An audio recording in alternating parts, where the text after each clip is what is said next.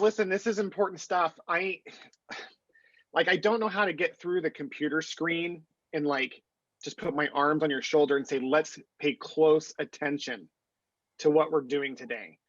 My journey, I'm not going to get into that. I mean, if you want to learn more about me, I've got stuff out there. But at the end of the day, I am you. I've been in your shoes. We have so much more in common than we could ever find that are different that it's scary because we're in the same industry. We've done private practice. We're passionate individuals about serving people in a very specific way. And where I feel I've been blessed has been through coaches, networks, and training. My wife told me this once. She goes, I don't know if you're naturally good at a lot of things, which was a really bad way to start a compliment. She says, I don't know if you're naturally good at a lot of things, but you're really trainable. And so what I'm hoping to do for you guys today is in every month that I talk, I go deep and I get to the point with these messages and this information to where I think about it if I was in your position. Each of you are already spread thin. You're already trying to create time to work on your company, on yourselves to be here. So what can I share that's going to give you maximum value? What information can I give? And obviously I don't think of it as like me. I think of it as being a part of this incredible team with James and Nellie and Deanie and others. We are here to serve you and give you the tools you need, because at the end of the day, your network is your net worth. And for me, that is so true. The reason I'm sitting in this chair today, working from California while my kids are enjoying themselves at the beach this morning, is because of men and women who went above and beyond to share information.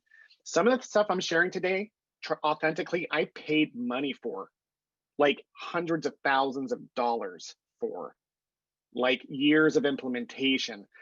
And so I like it when it's small groups. I love it. If this is all we have today, this is perfect because we can go deeper. We can really start diving and helping individuals. I want you to think of yourself as a teacher and the material during this hour. This isn't a lecture. I am going to be doing a lot of speaking on the front end of it, but I want to get through it pretty quickly because I want to have more of a discussion on things that will help you take some actionable items back to your practices that are going to literally increase profitability, because we don't know what's possible until we're profitable, right? So today we're talking about a topic that's key to our industry and something that can be a bit challenging, which is how do we retain our A talent without breaking the bank?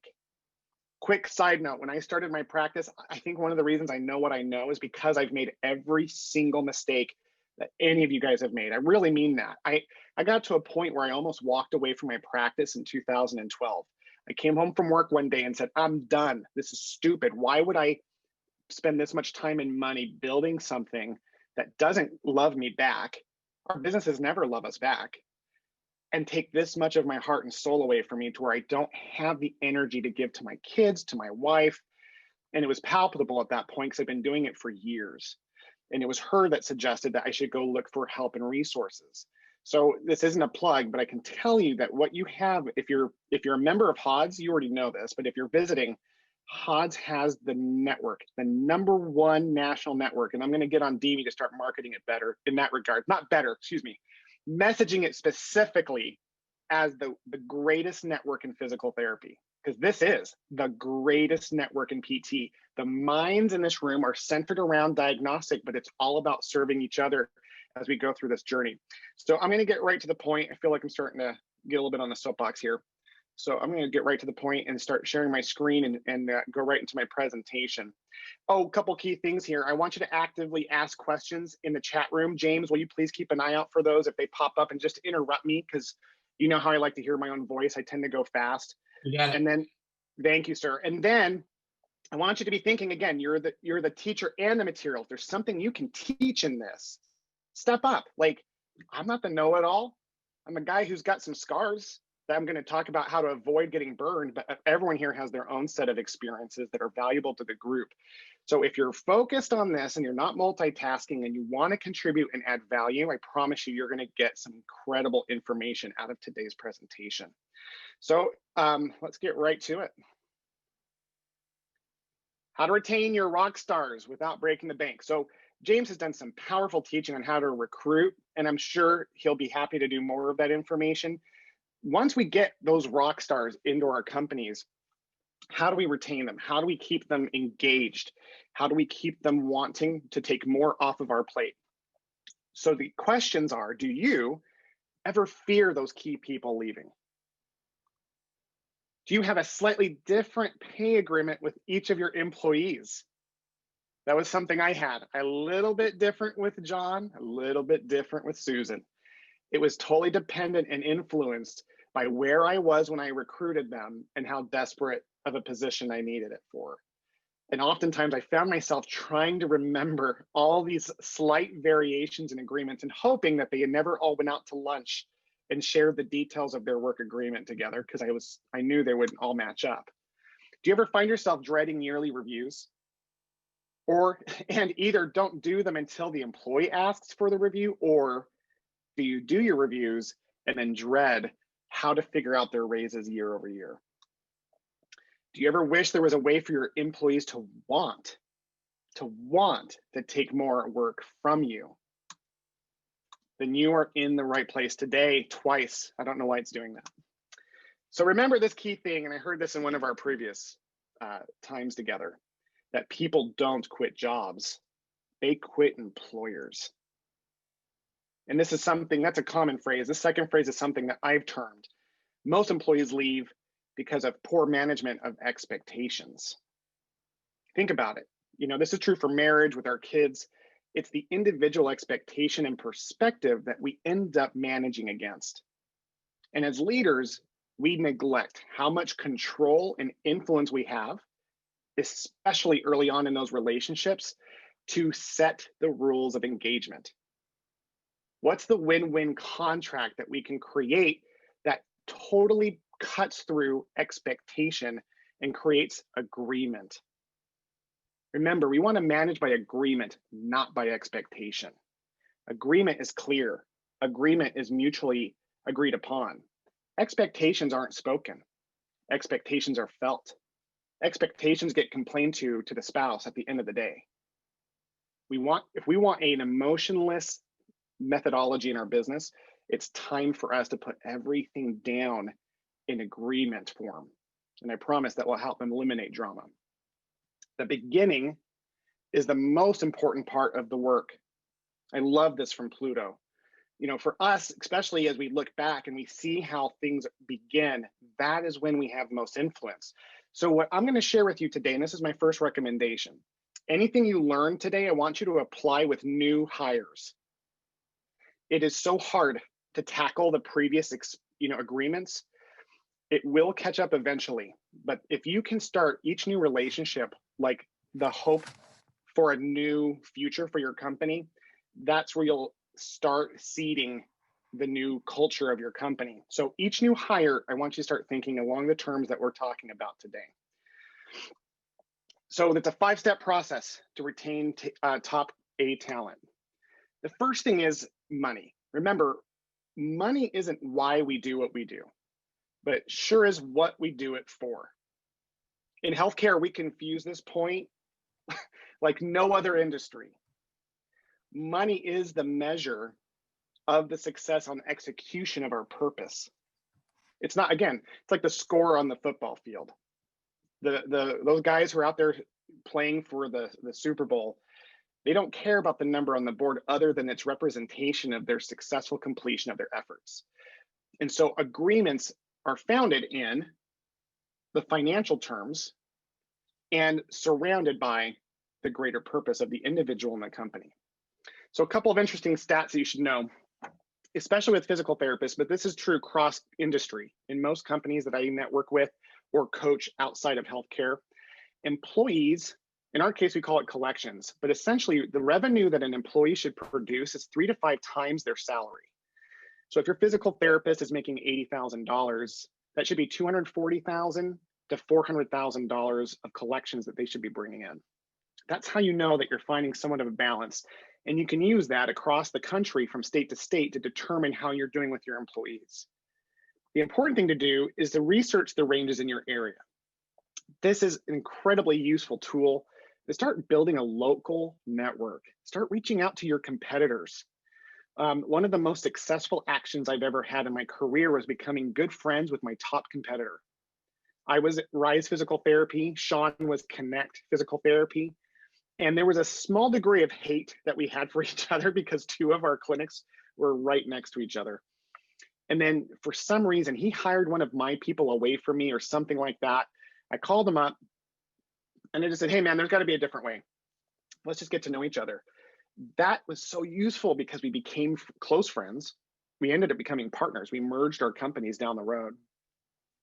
And what I'll tell you is that up until we merged, we were able to share so much data. We included other people in our network, and we got a clear idea of what those ranges of compensation were for my key people. We're going to use physical therapists in today's terms because it's the easiest thing and the most relatable to where most of you guys are, but you can do this for any position. Know what the range is from the low end on average to the high end on average, removing the extraneous variables of what a position gets compensated for in your area. Create that range based off of the ranges that you've researched, knowing that 3 to 5 multiple of their salary. And then when you hire people, the target is to start hiring people in the lower middle range of that range that you establish. The reason being is, and here's the cool thing is, I want you to start thinking about money as something to be highly transparent on. You don't need to give everyone your P&Ls, but like this type of information is incredibly useful, especially when we're hiring, to say, you know what, our physical therapists, our new grads, they make starting out between $68,000 and $73,000 a year. Our experienced physical therapists will make between 74 and 79. Our directors' base salary is between 79 and 85. Being able to speak through your ranges gives them a clean line of sight of what success and growth looks like in your company. And so when you hire, it's good to hire people in the middle, lower range and tell people the reason I want to hire you here is because I want you to have room to grow. I learned that from a financial wizard who worked with me for a short time. And I thought it was stupid at first. Why would you tell people that? But it was useful because people knew, oh yeah, they want room to grow. They think they're getting a fair deal and they know that you're doing it so that they have time to get raises. But this is key. This number 5. When we bring people on, this is a great way to eliminate the years of headaches when it comes to future reviews and people being burned by their expectations and leaving. Whoever we hire, we say, we do not give yearly raises. We do not give you a raise for fogging a mirror year after year. We give raises based on performance and for those who exceed expectation. The kinder way of saying that, and this is more how I would verbalize it, I would say, hey, John, you know, we don't give raises just by having people show up year after year. The way we give raises is based off people exceeding our expectations. So if you're meeting expectation, then you'll continue to get paid the same. And there might be some bump for inflation at some point, but if you're looking for increasing your income, we're looking for you to increase that exchange with the company. And that can look like leadership. It can look like more production. It can look like being a guy who's always on time, who's a ball of positive energy. It can be any one of these things plus more. But we don't give raises just because people show up here year after year. This discussion is key because it's going to turn off your C players and it's going to light up your A players. You see, A players know they're A players. They're not stupid. When they hear that, they think, oh, finally a company that gets it. A place that's going to reward me for my additional efforts. So step 1, just review, define your pay expectations, make it known, know where your range is, tell your whole team. Oh, and I would add this, when we hire people, we should say, hey, now look, if you hit the top end of your range, the only thing to do is to promote into one of these other positions like director, leadership, specialization, that kind of thing. Step 2, define the minimum production required for the win-win. This is where we get it wrong so much because it's an awkward conversation if we don't know how to have it. We look at, if you haven't had this already, please make this your first action step from today, is go create a key statistic for each position in your company. Notice I didn't say person, I said position. What is that one key statistic that measures success for them in the company? And then if you have that figured out, the next step is to break down the sub statistics that when completed effectively will create success on the key statistic. This is incredibly valuable when we're bringing on and attracting A players, and I'll tell you why. So for example, we're gonna use a physical therapist again, and this is actual data that we use in Arizona. In our state, a minimum expectation was 60 visits a week, right? That was our key statistic. There was two key statistics. It was the number of visits per week plus their number of billed dollars per visit. For ease, let's just stick with visits per week. So the expectation was a 60 visit per week minimum. The substats were, in our case, 4 skilled units per visit. They needed to maintain a 90% of arrival, so their patients were coming 90% of their scheduled appointments. Notes needed to be completed within 48 hours, and they needed to be averaging 12 visits per eval. That's a whole different presentation if you're not familiar with that statistic, but it's an incredibly important one. Research has shown that when patients attend a minimum of twice a week, and then on average, if our patients are hitting 12 visits per eval, they have the best outcomes. So it sounds, we'll talk about that another time, but those were the substats in this case. And what we explain with this is all upon hiring and the initial training, is that we don't want the minimum expectation to be what we average, right? Like if we do have these numbers, if you're that far organized, congratulations, you're far above where most people are.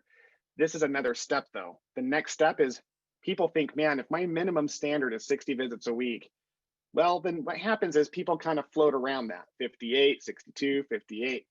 We've got to make it crystal clear. 60 visits, that's not the average, that's the minimum.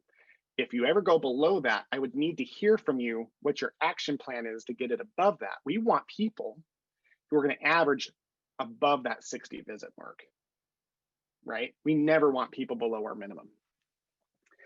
So I'm going to take a break. I'm going really fast. I never know. My biggest complaint from people is that they say I'm just blowing and going. But listen, I want you to think big picture just for a second. Think about eliminating expectation by establishing clear agreements with each employee.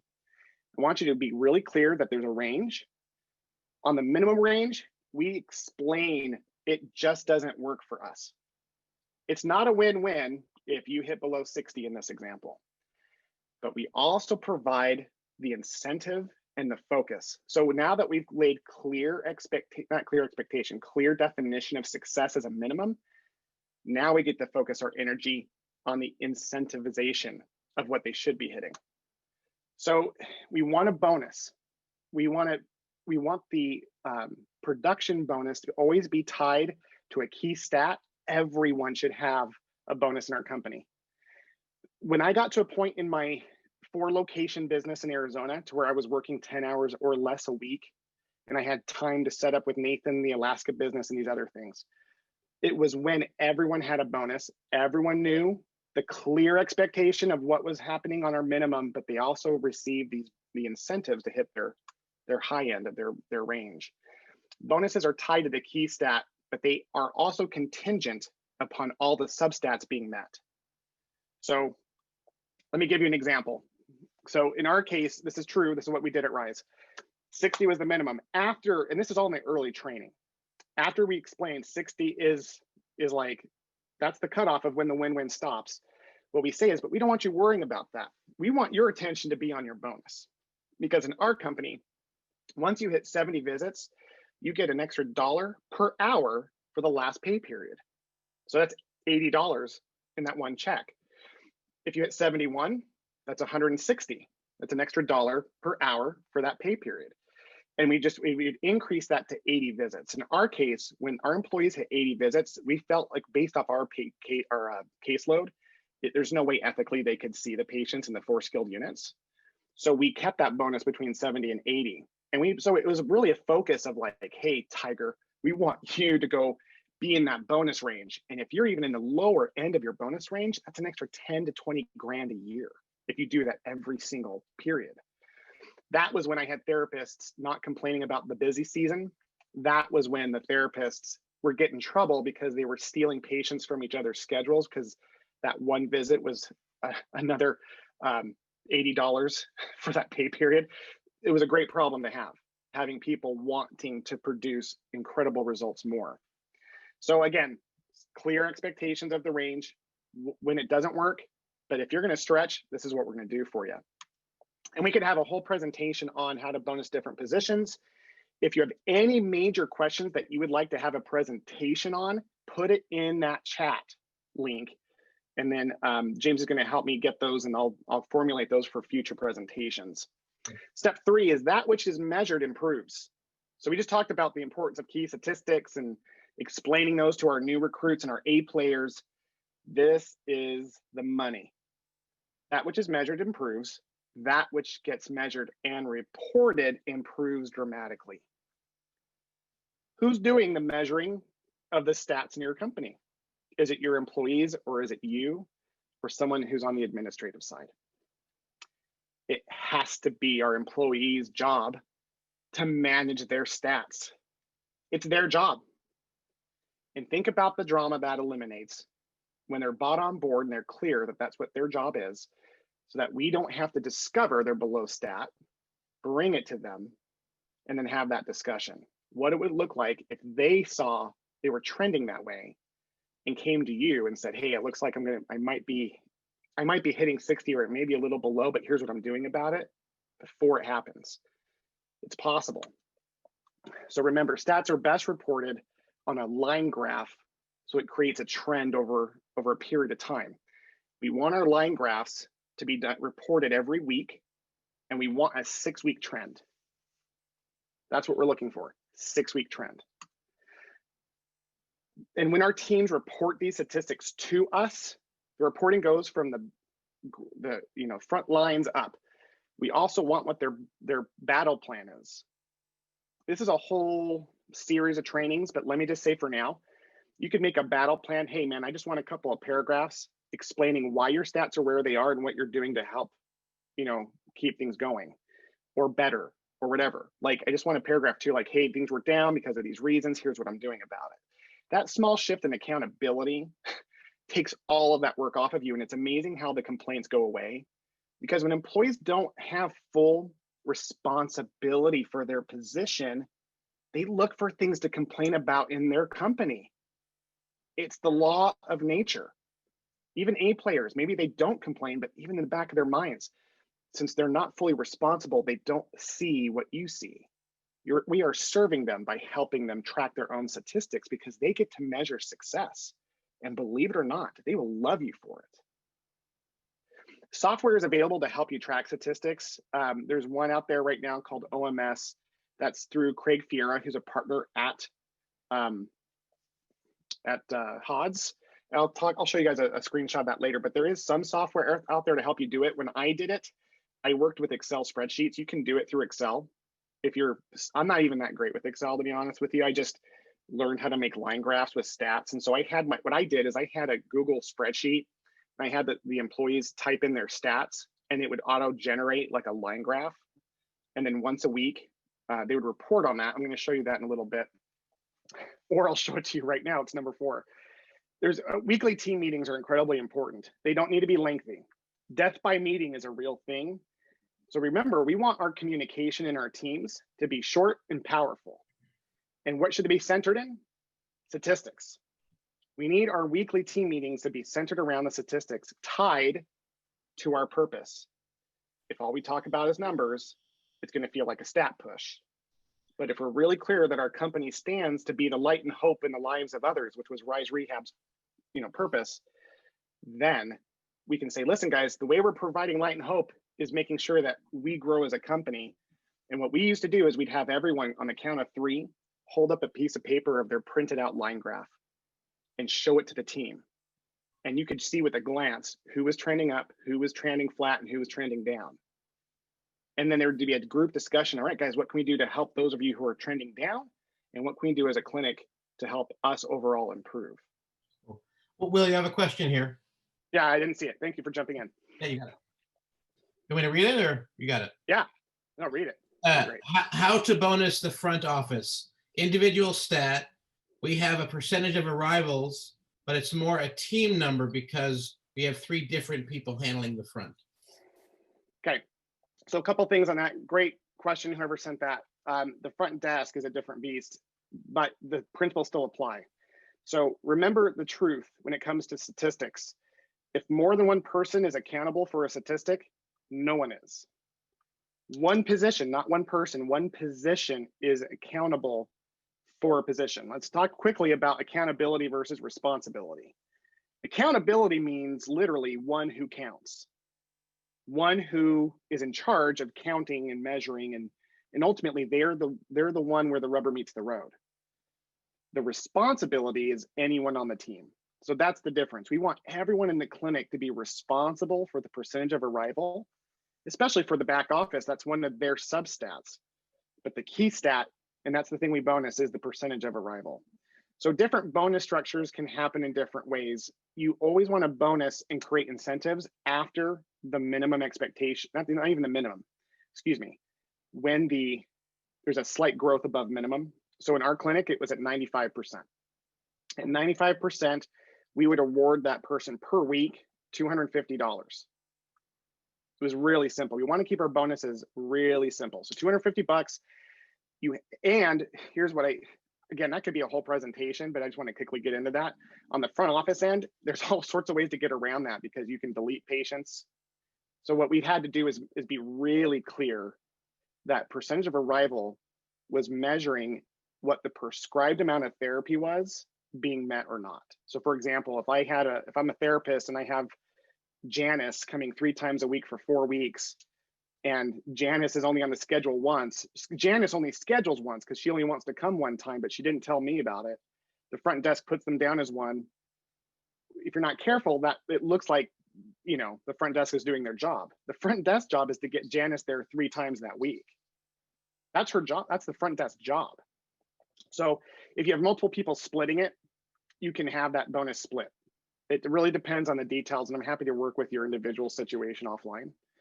Because sometimes you might have someone float up front from the back, and how do you work that? There's always these unique situations, but in general, that's the way to approach it.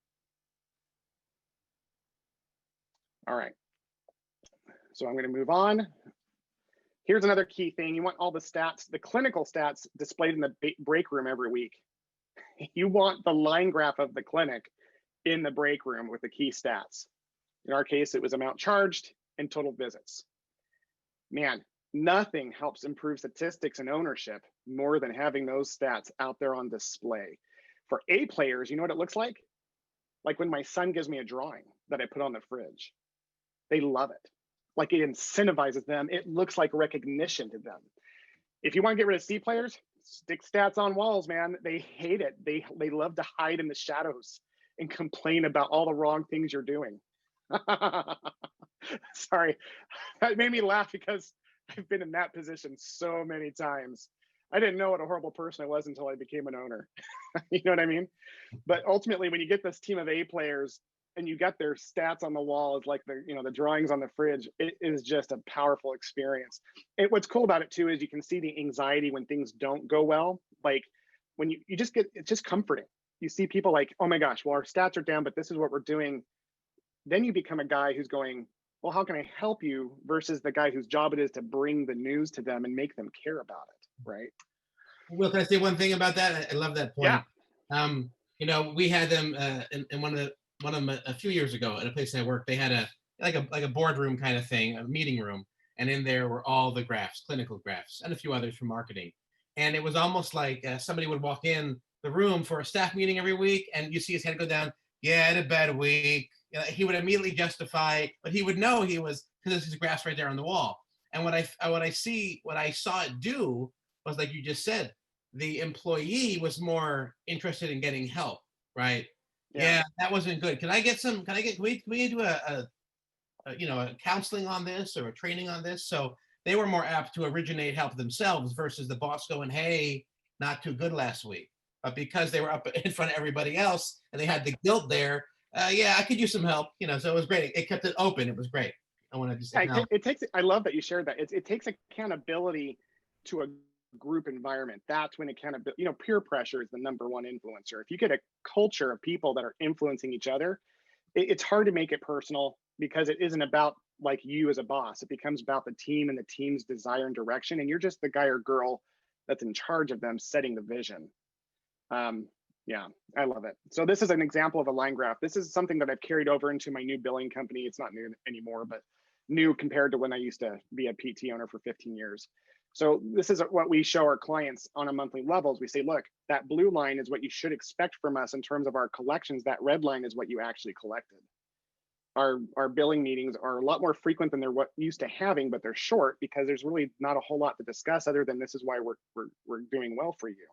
And when it's down, we can give them accountable, actionable reasons as to why things are below the expected level. Our employees should be doing the same thing. Line graphs tell the story. You can know by looking at that red line, things are going well. All right, where am I? Numero 5. Now, once you get those A players, what can we do for them specifically that we don't do for the rest of the team? Notice how the first 4 of the 5 steps for retaining A players is stuff that you do for everybody, because the culture is the #1 retainer. The culture is the #1 retainer. It's your #1 selling point. It's the #1 reason people are going to stay. So it's vital that the thing you do with everybody becomes the main reason an A player would want to stay. And there's additional things we do with A players to make sure that not only do they stay, and I want you to change your mindset. I phrase that introduction that way because it's more like fear inducing. I want you guys to stop thinking about like trying to retain people like you own them, and start trying to inspire them because you're a powerful creator. That shift in mindset is the difference between wanting to win because we don't want to lose versus we just want to win. Look, you're in that seat for a reason. You have created time to be here. Look how many people are here versus were invited. I promise you 90% of the people who were invited to this didn't come because they're too busy. You're just, if not busier, but you are a powerful leader that creates time to expand and grow. You have the capability of creating whatever you want. The way you're going to create it is through delegation. Delegation equals magnification. So as we look at our A players, what can we do to magnify them? Retention will just happen as a side product, right? It's like money. We execute on our purpose efficiently and beautifully. That's when the profits come. So A leaders, we want our A leaders to become coaches to the other B, C, and D leaders. We look at it as like offloading a job that we don't want to handle, but truly it will inspire them. Hey, Mark, got to be honest, you're one of my rock stars. You're one of the best people I have on team. And I'd like for you to help other people do what you do. Would you mind helping me determine who on our team needs training and coaching either up or out of our company? Man, talk about investing in somebody and making them feel important. Number 2, A players help create your purpose, values, and vision. Let me go back to 2. So this is something you're going to hear me beat like a drum. That's my -- thing that I do now more than anything. Even the billing company that I do, it's really to help people develop their purpose, values, and vision. So if you don't have one, or if you haven't really, or if you have one, but it sits in a folder somewhere that you even have a hard time remembering, what a great opportunity. That's wonderful. Like, take out what you have, go find your A players and say, man, I want to create version 2.0 of my company. And I want you to have a voice in it. Here's what I have or don't have for a purpose, vision, and values. I should present on that. I think I should present on that in the future because like there's a whole training I do. I coach students right now. I have a mastermind of 15 physical therapy students. This is all we talk about. They all want to open practices one day. All I train them on and have them read books about is being able to create, identify, and communicate their purpose, their values, and vision. Quick 30-second training on what that is. I want you to think of your anatomy as it pertains to purpose, vision, and values. Your purpose is the heartbeat. It's the emotional motivator to do what you're doing. It's a phrase, like in our case, to be the light and hope in the lives of others, right? Sounds flowery. Well, it's the stuff that makes people stick. So we want to know that's there. When things are hard, our heart beats faster. Our values are the hands and feet of a body. Those words, in our case, professionalism, accountability, growth, and empathy. Those were the words we used to make decisions in real time, like our hands and feet for movement. Our vision is our eyes. Where are we going? Our eyes tell our hands and feet where to go, and our heart beats and makes it all possible. Leadership is the brain. Brain is where everything gets compounded and decisions get made and executed to be told what to do. A players need to be in that brain center helping us make and execute. The best way to do that is to take those A players 100 miles away once a quarter and do a quarterly offsite. I'm very fortunate. I have all three of my siblings are successful entrepreneurs. The most successful is my younger brother. He has a $100 million company. It's got 60 locations. He's a pest control guy. And he'll tell me over and over again, his number one successful action is to take his A players, go 100 miles away, and do a 2-day thing where he builds the company with them. That's how you retain them. And what you want to do is with every player, A, B, C, or D, is once every quarter, you do a start, stop, keep conversation. Start, stop, keeps, man. I mean, I'm telling you, this presentation in particular, guys, like you will literally make tons more money. Every single person once a quarter, have a meeting with them, 10 minutes and go and tell them in advance, I want to hear what we should start doing as a company, stop doing as a company, and keep doing as a company. Gather that data. And by the way, I didn't create any of this. All this stuff came from like learning from multiple people. Start, stop, keeps though, huge buy-in for culture. Then you take all the start, stop, keeps from the front lines across the company. You go with your A players 100 miles out of town and you say, let's go build off of this data. Let's go create something that's going to be, and then everyone sees the changes, right? They have a voice in it. And then they're like, yeah, give me more to do. I want to be a leader in this company. I don't want to go anywhere else. And lastly, there's this thing called the quarterly town hall. I just want to hit it briefly. It's where you get everyone in the room at the same time. In the old days, if you drove from one end of my company to the other, it was a 2.5 hour drive. We still made it a priority to spend 4 hours once a quarter together in one room and just highlight each other through our vision, values, and purpose. That was the highlight of my professional life. And then lastly, you want to find out what motivates your A players. Some people are financially motivated. You know this, I'm hoping. You know, some people are more like physical touch. You can't go around touching your A players, but you can definitely give them a pat on the back.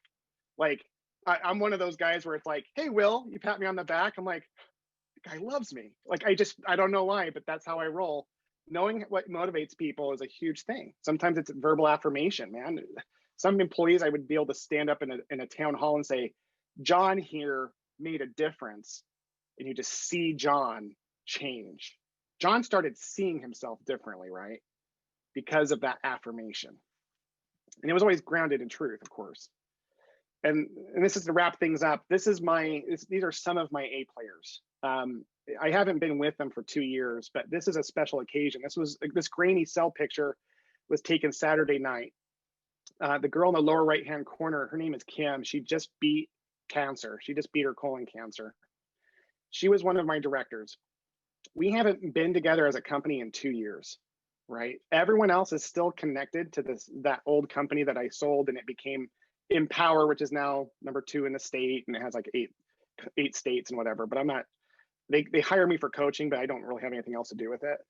These people made all of my dreams possible, and we're family. When we create the culture that attracts the A players, we can go from a team to a family. And I know some of you who are listening have that and have the opportunity to keep growing it. Others might be in the place of like, yeah, my team isn't even a team. Don't worry. Trust me, I've been there. Anyone can do it. I believe that. Theodore Roosevelt was notorious for saying, all great leaders are made. We can get there. And this moment was special because at the end of the dinner, we sat around in Kim's backyard. And you know what we talked about? And I'm not kidding. We talked about our values that we used to have at Rise. We talked about how each of us was living purpose. We were talking about how we were trying to be the light and hope in the lives of others. We were talking about how Kim exercised empathy during her chemo treatments. We literally talked about our values like we were still a company. And that's when I realized the greatest blessing of owning a company has everything to do with these people we get to interact with. They are our patients when we allow them to be. We can serve them in a way that's going to better their lives and their families' lives. So anyway, that's the presentation. I want to quickly show you a few other things. This is OMS. This is that online software that Craig created. I think it's beautiful. I didn't get to use this because he created this after I sold my company. But if you're interested in this, reach out to me. I can get you a 20% discount on your first month if you're interested. Here's my YouTube channel. I give information out every week, every single week. Next week, I'm putting out the video of a true story of when I was suspended from physical therapy school because I was under FBI investigation for suspected terrorism during 9/11. So you don't want to miss that video. That's coming out next week. And then this is my billing company In the Black. We don't do billing. If you had to put us in a box, that's what we do. But what we do is financial therapy. We have caregivers, financial caregivers, not billers. And it's something that I'm really proud of. So I'm going to stop sharing my screen now, and we have a few minutes for questions for anyone who would have anything else or anything you'd like to share. Well, Will, I think you're an onion with lots of layers. But one thing that comes across is that you are definitely a caring individual, and you definitely that definitely comes across on the other side of this screen. You wouldn't spend an hour of your time today for free if you didn't care about the success and the abilities of others. And I think that comes across as genuine. And I appreciate Thank you. Yeah, for me, it's very cathartic. I literally got to a point where I considered ending my own life as a PT owner. And for me, that was part when I walked away. But I really believe that there's the reason that's so hard sometimes being an owner is because the upside can be so amazing, right?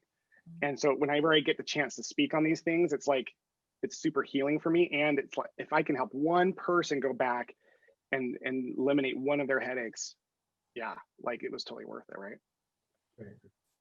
Do we have any questions before we leave? Anything anybody want to add? I really sincerely feel that these coffee with segments, I do love that you guys are all on, and I know 90% of you on this call. It's fabulous, and they're getting better. And I'm not saying that because you're all on this call, but they are. If you look at the data you're getting offered every week from Will, of course, Angie, Nathan, and Christina, it's stuff that I don't know where some of you, I don't know what groups you're all involved in outside of this, but there's definitely a quite a value, like you said, Will, on just getting these butt kickers out there in their own respects and sharing their successful action. It's always good to have a peer tell you. Great to have a peer tell you what, not just some guy who's a millionaire telling you who never was in the trenches doing it, but every one of these four, including Will, did the game, and they won at the game, or they're winning at the game. So it's great that I just want to acknowledge, it's acknowledgement of Will, acknowledgement of Hodge for presenting this, acknowledgement of you guys all being here, making the time to do it. I would like to mention that I manage or kind of help everybody organize into these different talks. I went ahead and I put my email in the chat. If there's something that's rolling around in your practice that you'd like a little bit more information about, or maybe, hey, this is a challenge that you're facing, send me an email, shoot it over to me, and I'll take it to the team and see who wants to tackle it. We, great minds work better than just one alone. So let's use our synergy, folks. And again, reach out to me if you have a topic or interest that you want us to look into further. Yeah, and please, one other thing before you go. Right now, there's a lot of information. These things can be a lot like drinking from a fire hose. I want you to pick one thing. And the question is, what's the one thing today that you could implement that will have the greatest impact? What's the easiest thing that you could implement today, or write down as a goal for the next week, at least, of what you could implement to make the greatest impact? Instead of trying to tackle it all and then like being shut down, please remember, for this group, not for all groups, for this group, done is better than good. Just get it done, dude. Don't worry about making it perfect. Just pick one thing. You got exposed to a lot of stuff. Maybe most of it, but maybe all of it was new. Doesn't matter. Just pick the one thing. And maybe none of this was what inspired you, but the space of being around other creatives has inspired you to think of something else that's outside of this vein, that's calling you because it's important. Follow your instinct, follow your natural entrepreneur gift, and pick one thing to implement, and don't worry about doing it great. Just go do it. And thanks, Will, again for this is really encouraging too, as just the frustrations that mount up, and you're like, why? The benefits are great, and Sky continually helps try to remind me, but when it doesn't. But one of the things we've been working on as I look at this is trying to raise some of our PTs up as leaders. We're having a hard time getting anyone that sometimes they say it, but then there's no action taken. And so if you had any thoughts on maybe where to start, or I'm thinking based off what you said, just take one and maybe approaching it like that, like we, well, and part of the one that would lead is a PTA. So I think there's some limitations on what they can do. So any thoughts on that? Yeah, leadership is like anything else. It needs to be trained. And the good news is we often think of leadership as like this inherent gift that people have or don't have or whatever. There's a lot you can do to train in it. Honestly, while you were talking, I'm like, well, that should be my next topic. We created a leadership development manual in our company that had specific steps of what you had to do to qualify for leadership. And it was all about training. And it wasn't just random stuff. It was stuff that I had been grateful to been exposed to outside of physical therapy. I've been a part of a group called Entrepreneurs Organization for 15 years. And in it, I'm networked with other people who own at least $1 million company. And we get trained by some of the greatest business leaders in the world. Steve Forbes, Vern Harnish, Greg Crabtree, all these people come and do these monthly trainings. And so I created my version of that. I'd be happy to share like that process, but that would be regardless of me speaking on that. The best thing is to create a specific training. Like you have to be to lead in our company. Here's the books you have to read. Here are the steps you have to qualify for. And then from there, they can prove themselves. But right now it's hard to know if it's not coming from them because you don't have like a defined path to get there. It's like, hey, you want to be a leader Right. and you're just waiting for them to step up and start showing up. Sometimes even A players, they need to know what that looks like. Okay, yeah, that's great, because I know for our clinical manager, who's now our clinical director, but holding the clinical manager from above, we can't do it all. We don't want to do it all. And so just looking at that and knowing as we look to hire right now, we're looking to hopefully bring on another PT starting November. And it's like, yeah, you want to I don't have any idea of it, interest in leadership, but a lot of them are new grads, so they got a groom. So it's just kind of that conundrum. I got a lot of strong feelings on that. Again, we reached out offline before. If any of you guys ever want to get offline together, man, I'm always here for you guys, whatever you need. And I think I am gonna, unless I hear otherwise, that will be what I speak on next week. Is what types of training should we provide for our leaders, kind of thing. Awesome, thanks. Yeah. Anything else? You guys are awesome. Love all of you. Appreciate all of your time. I'm going to have to jump off because I have a meeting coming up in exactly 2.5 meetings. I'm never late. True. So love you guys. Have a great day.